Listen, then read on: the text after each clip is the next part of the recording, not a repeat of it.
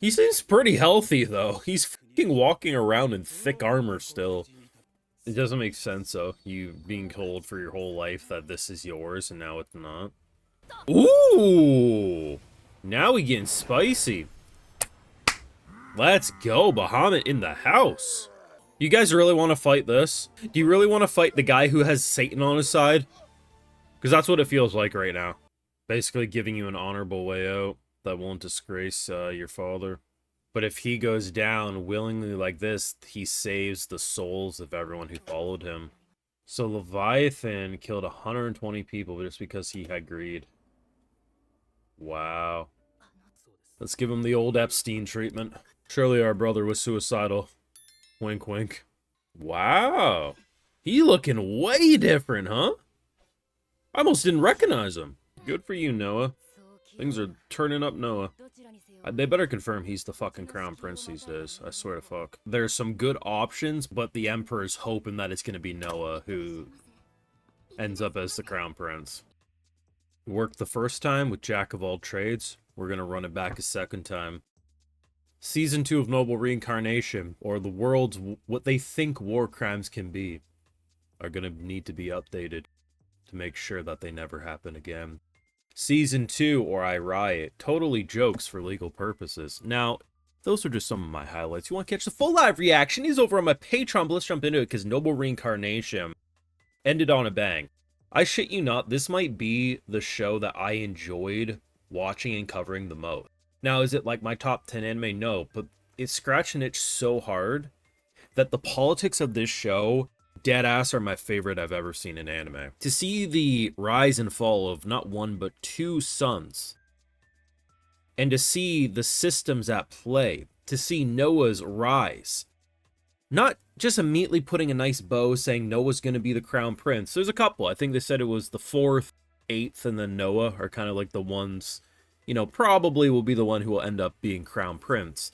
But we don't know yet. But by the end of the first season, Noah is now 15, about to get married, had a massive glow up with puberty. Like, bro, I almost had to take a step back. I was like, I can't do this. I was actually expecting his voice to be deeper. I thought they were going to change VAs given the insane difference in his character model. Still that soft-spoken boy, but you know what? The ladies will love it. But here's the thing, man. We underwent a lot with Noah as a character. And every time he did things, it always made sense. And it was so fascinating watching him rise into who he is, because now he's at an age where people are going to respect him. Now, he obviously has respects, he has allies and everything like that.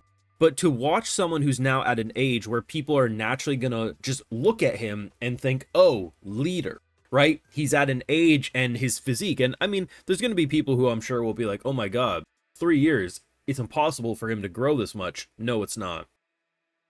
If he was naturally going to be tall, which his fathers and brothers kind of indicated that he would, once you hit puberty, yeah, you're going to have growth spurts. And if you're properly training as well during those growth spurts, it's no one. I mean, the kid had fucking abs at the age of 12 and he was ripped better than most, like, teenagers or adults. Come on now. Like, this absolutely makes sense. We also get properly introduced to his fiance, which is the uncle's daughter, which I don't think we've ever really seen her. Maybe I'm forgetting. I could be. But it was nice to actually talk, because I really thought we were building up with the big party that was being thrown. Every year they say his birthday gets bigger and bigger. I was like, oh, this is probably because he's the crown prince. They don't confirm. But he will be the one. Even the uncle is putting all his money into the basket that is Noah, because he believes Noah will be the crown prince. And we do talk about how after these two brothers' deaths, we enter a new age of prosperity. So no one's causing a ruckus sense, which is nice. And I do think the other two brothers who are kind of in the running for the throne are ones who probably won't fuck around and find out. They seem like the nicer brothers of the group based on what we saw in season 1. But overall, I thought they really did a great journey with Noah. And if for some reason they never did a season 2, I do think this is a very satisfying season overall. That, yes, is open-ended, but at least we leave off assuming there's an era of prosperity. Now, I think there's 3 really good seasons worth of content to have. It's probably more than that, but I see in my head, season 1, what we got. Season 2, the rise of Noah as king, probably father's death. 3rd season, more time skip, children, blah, blah, blah. I think a 3-season run for a story like this would make a lot of sense. But knowing that it's most likely going to be one of those very long light novels, probably actually like a 5 to 8 season run story. But I could easily see 3 working quite well. Now, we killed our brother by making him want to kill himself. Where have we seen that before? Because here's the thing. When you're literally busting out demons and burning away an entire army, most people aren't going to want to fight that. Now, some people would still stand their ground even against impossible odds if they believed in the ruler in question.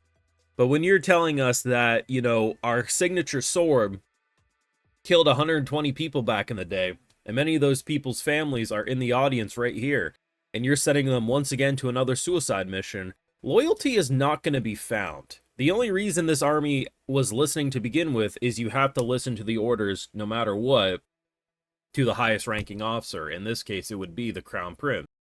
But when another prince comes in and is caring about the lives of the people that attempting to kill said little prince over here, yeah, the loyalty is gonna very much switch very quickly. Watching the downfall was satisfying, but I think what was deeply unsatisfying is I think despite the arrogance, despite a lot of the bullshit, and I mean, this is realistic, right? Someone who's been told since birth that this was going to be his right, it's going to go to his head. He had the chance, and I think they really fooled me because I felt like, you know, at the end of the day, we might be able to convince him to take the poison willingly.